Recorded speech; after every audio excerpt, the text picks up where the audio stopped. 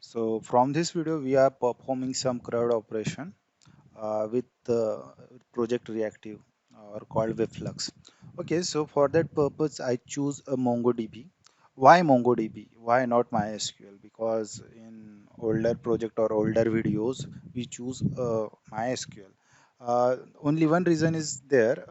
We are using Webflux, and Webflux support to the reactive programming, but we don't have that libraries that can support, means that used to be support to the MySQL.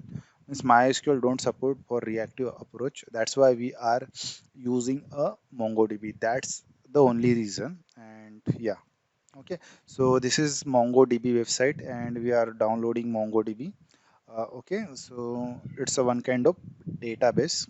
Okay, just these are the companies which are using MongoDB, and it's actually a great database. Okay, so yeah, just download it. It's a mongodb.com and start free. Just go there. To download MongoDB, we need to go software tab, the community server tab, and just click here. Okay, and after that you see that here we have the version and as well as platform. So according to the platform, you choose your version. I am using the Windows, that's why I am using uh, I am clicking on Windows. Okay, and I am downloading MSI version. Just click download. I already downloaded it, that's why I am making it cancel. Okay, so I I'm clicking on cancel because I already downloaded. So to run this, just click on this MongoDB Win32x MSI file, double click it, next, and finish. So by default, it install on specific port and specific host according to your configuration. After that, we another need a GUI tool for the MongoDB, because this one is nothing but a command line interface. So to communicate or to make it graphic user interface, we use a Compass. Okay, so go to the Compass and again try it now and download it. Okay, so yeah, just download it. It have Windows 64 version, but yeah, it work on Windows 10 too, so not a big deal. Again, okay, just click on download and install it. Okay, after that, yeah, this is the Compass page. Okay, after that we need some dependencies. So I am using this dependency called Spring Boot Starter Data MongoDB Reactive, and I am not putting the version because I want to take care of this version by Spring Boot itself. And after that, I am using another dependency called Spring Boot Starter Data MongoDB. Okay, so these are the dependencies I am using. Okay, so now let's go to the our IntelliJ IDE and let's see. Okay, so I already added these two dependency that I showed you in browser. Okay, uh, we need to do one thing for connection. We need to write this URL inside the properties file. Basically, you don't need to write the URL if your all installation is in default port and default way, because it automatically get connected when your application gets start.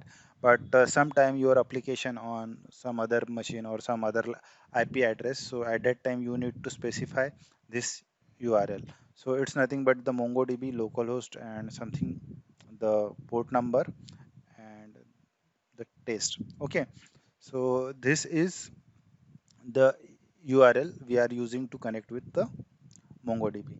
So I already downloaded Compass and MongoDB. So I already installed the MongoDB. Okay, so I am opening the Compass now. So when you open the Compass, you have the look and feel like this. Okay, so we are connecting with the test. Okay, so we need to create a document inside a MongoDB called test. Okay, so just click on the plus button and give the name it as a test. Okay, and I'm giving a same name test. Okay, and create it.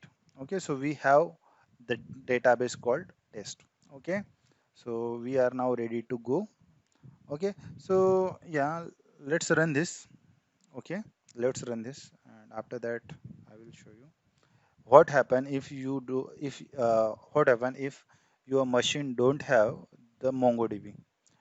Okay, so because my machine have the MongoDB, we don't get any kind of exception here.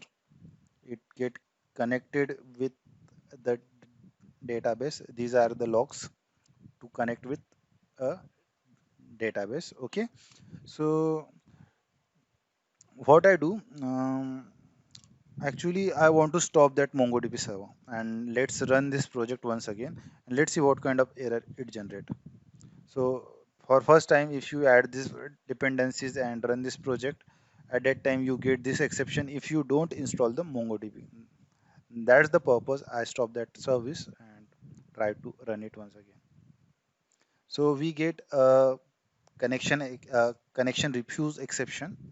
Okay, so if you get this exception, it means you do not put proper URL, or maybe your MongoDB service is not started. So for that purpose, you need to start it. If you have the command line interface, you can start it from there, or you can go to the services, this part, and start it. Just search for MongoDB and it's a start. If it is running and you start the application, at that time you don't get any kind of error.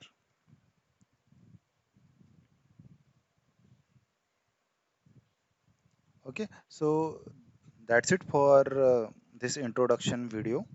Okay, from next video we start the real coding. Thanks for watching.